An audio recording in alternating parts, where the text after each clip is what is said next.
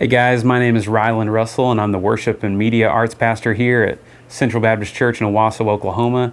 A lot of you guys saw the multi-cam, multi-view that I put out showing our guys working behind the scenes, and you had questions about, what cameras do you use, what kind of settings, all these different things, and I thought I'll just put together a video, show you some of those details, and we'll get to it right after the intro. Just kidding. I'm not putting together an intro for this video, but I will go over a few things, hopefully pretty quickly, and answer some of your questions. Mainly, what cameras do we use? Why did we choose those cameras? The infrastructure for our streaming and multicam stuff, our ATEM switcher, and then I'll just talk to you about some of the philosophies and reasons why we've done things the way we're doing them here. Now, before I get started, I want to say that if you're looking to do a big multicam setup like we have here for the purpose of streaming live, like Facebook Live or something like that, I want to just encourage you that you don't have to spend money like we've done on this type of thing to stream live. What we found is that streaming live is not going to reach very many people because Facebook is not meant for long form consumption of our services.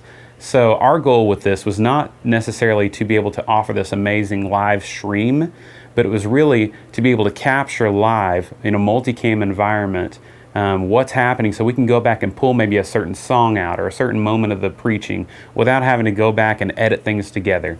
So I'll roll just a few clips of stuff that we've produced here, and this has all been live on the fly, everything in camera, no color correction, no sound correction, and then we'll get to some of the details. Here you go. Our God has from the grave. Yes, you are. Yes, you are. Sing your name is victory. Your name is victory. Your praise will rise to Christ our King. Your name is victory. And some sweet day I'll sing of that, the song of victory. Oh, victory in Jesus, my Savior forever. He sought me in His redeeming blood. I can hardly speak as you call me, deeper still as you call me, deeper still as you call me, deeper still into love, love, love. Let's lift our hands to our Father. You're a good, good Father. It's who you are. It's who you are. It's who you are. So there's three reasons why we decided to go with the Panasonic G line of cameras for our worship center stuff. It's not your typical broadcast camera setup, but for us, three considerations for us were: number one, image quality; number two would be cost, as always for a church; and number three was, flexibility. That's what it was. So for us as a church, image quality was number one, and these guys provide an awesome image quality. Number two, cost. A lot of these cameras, if you're just starting out, get a G7, and you can get that on eBay for, gosh, I bought these for $300 without a lens, sometimes with a lens. And then flexibility ties right in right there, because these are interchangeable lens cameras. You can set your shots up however you want based on what lenses you're going to buy. For us, it was really important to not have these cameras locked down to only be used in the sanctuary. We need to use these on interviews, on different events, things where we can take them out. And if you get a PTZ camera or something like that, you're just locked down. If you get a giant broadcast camera like we do, we recently actually just upgraded one of our cameras we're going to try out. I'll show you here in a moment. More of a broadcast style camera. But we needed the flexibility to be able to take these cameras and use them other places as well. So now let me take you back to our switcher And most of you guys are going to be probably familiar with this if you've looked at it at all, but we use Blackmagic stuff, and I'll show you that right now. Okay, so now we're sitting back here in kind of our media booth where our director would sit and call the shots. We've got our ATEM Studio HD. It's not the 4K that does the 8 inputs. And we've got our Hyperdeck Studio Mini, I think it's what it's called, that records the actual feed to these SD cards. Then you can just take that out and upload to YouTube. And then we've got, for our inputs, we have camera 1 is right here in front of the sound booth. I'll show you a picture of that one. Camera 2 is up on the wall, and it is actually on a Bescor something or other that you can use this little remote, our director can, to move the image around and position that one. So it's like having a third camera operator right there, which is really handy.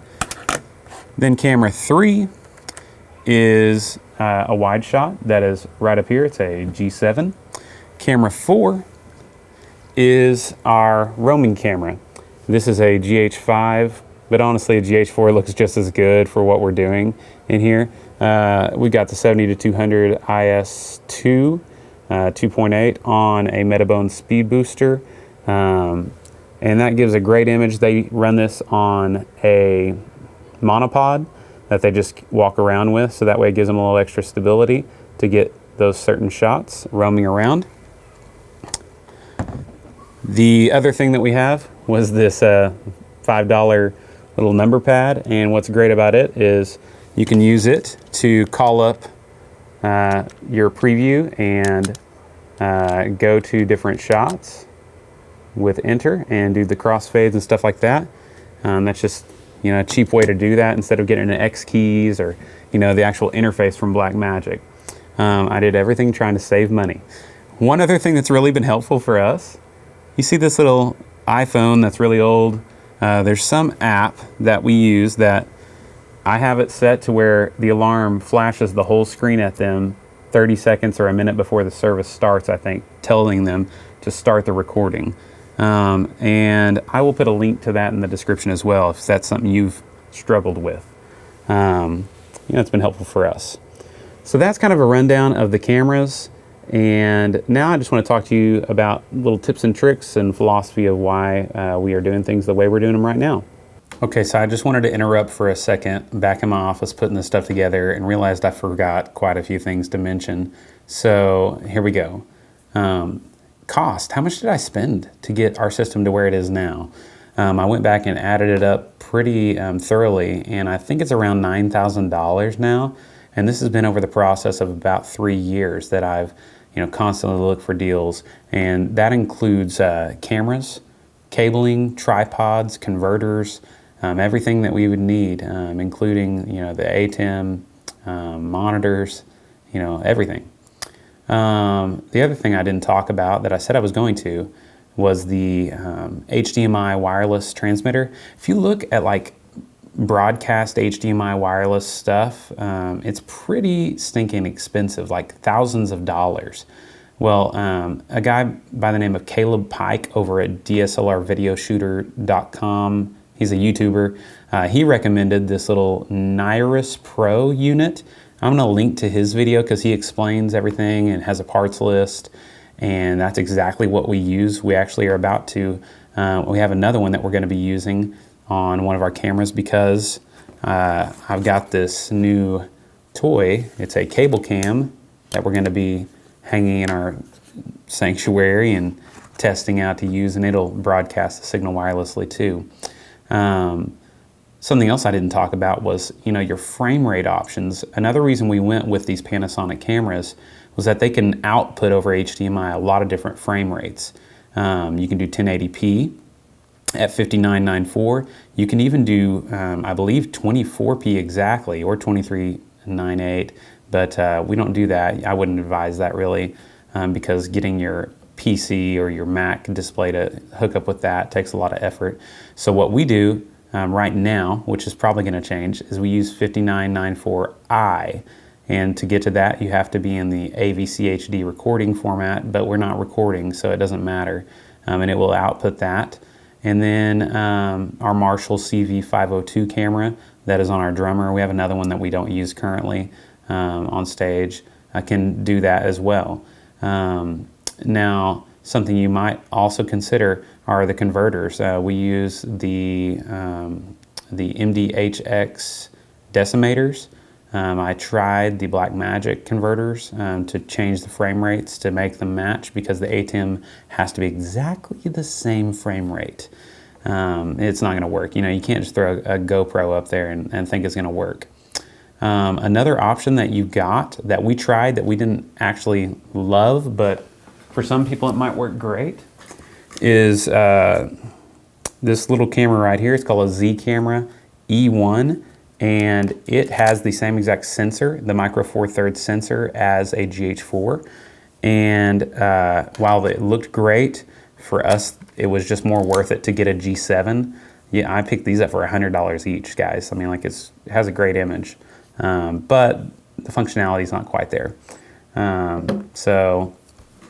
Another thing I didn't talk about was getting our stream online. We use a piece of software called Just Broadcaster. If you go to www.justbroadcaster.com, you can buy a license for either YouTube or Facebook for $40 a year. We got in on it early. It was $20 and we got it for lifetime. And the last thing I want to say before I go back to the other video is that things will change, right? A year from now, I'll have different stuff. But for us, this works right now. So hopefully it's helped. Back to the video.